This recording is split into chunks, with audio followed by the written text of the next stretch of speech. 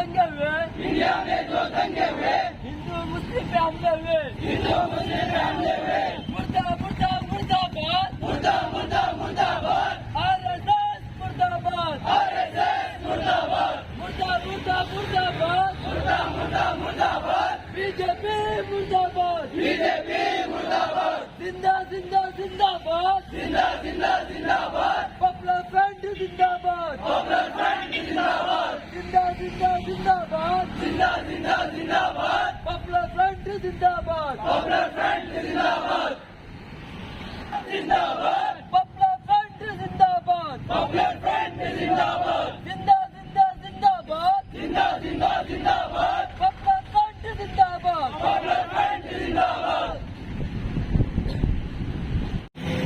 देख रहे हैं इसका जिम्मेदार कौन है। आए दिन मुसलमानों पर हमले हो रहे हैं। ईद के नाम से, त्योहारों के नाम से जो भीड़ इकट्ठी की जा रही है, उस भीड़ को धर्म की जिम्मेदारियां छोड़कर मुसलमानों की गलियों में घुसकर, मस्जिदों के पास पहुंचकर, नारेबाजी करके उनको मुसलमानों पर हमला करने की जो तरगीब कौन दे रहा है, इसकी हम आज बात को सामने रखेंगे। ये दंगे फसादात करने का एक ऐसे ही अचानक नहीं हो रहा है। ये दंगे फसादात जो हो रहे हैं, ये मुनज़्ज़म साजिश के तहत हो रहा है। लेकिन इसको जो एक मुकम्मल तरीके से, मुनज़्ज़म तरीके से जो लेके जा रहे हैं, इसको गाइड जो कर रहे हैं, इसका कमांडिंग जो कर रहा है, वो आरएसएस है। आरएसएस का मकसद जो है 2022 या 2024 तक हिंदू राष्ट्र बनाने का है। वो हिंदू राष्ट्र बनाने के लिए जो उथल पुथल हो रही है, जो जल्दबाजी हो रही है, जो मुसलमानों को डराने की कोशिशें हो रही है, उसका नतीजा ये है कि फसादात के घरों में घुसकर मारा जा रहा है। ये किससे किया जा रहा है? ये वजह यही है कि हिंदू राष्ट्र बनाया जा रहा है। ये हमले और ये जो फसादात है, उसको रोकने की कोशिश करने के बजाय हुकूमत उसका साथ दे रही है।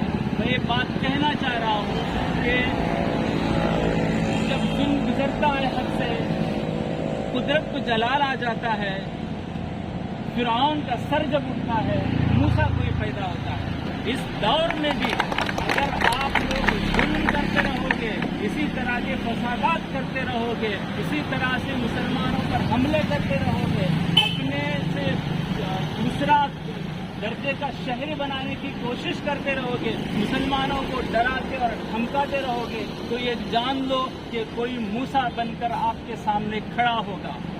जब बाबरी मस्जिद शहीद की गई, तो उस वक्त भी जो दंगे और फसादात हुए थे, उस वक्त आरएसएस के साथ में जमात इस्लामी को भी बैन किया गया। वहाँ पर जमात इस्लामी का कोई किरदार नहीं था दंगों और फसादों में। सिर्फ और सिर्फ आरएसएस के पूरे हिंदुस्तान में रैलियां निकालकर मुसलमानों के खिलाफ उठाकर अपने फायदे के लिए, बीजेपी ने अपने फायदे के लिए दंगे और फसादात कराए थे। उसी तरह के फसादात आज कराए जा रहे हैं और उसका जिम्मेदार फिर मुसलमानों को टहराया जा रहा है। घरों को तोड़ा जा रहा है, गाड़ियों को तोड़ा जा रहा है, मस्जिदों को पत्थरे मारे जा रहे हैं, उसके मीनारों के ऊपर चढ़कर झंडे गाड़े जा रहे हैं। उसके बावजूद भी आप देख रहे हैं केस किस पे हो रहा है, केस मुसलमानों पर किया जा रहा है। और अगर जो दंगाई और फसादी है, उन पर भी केस अगर होते हैं, तो मामूली सेक्शन लगा के उनको जल्द से जल्द बेल दिया जा रहा है और उनको रिहा किया जा रहा है।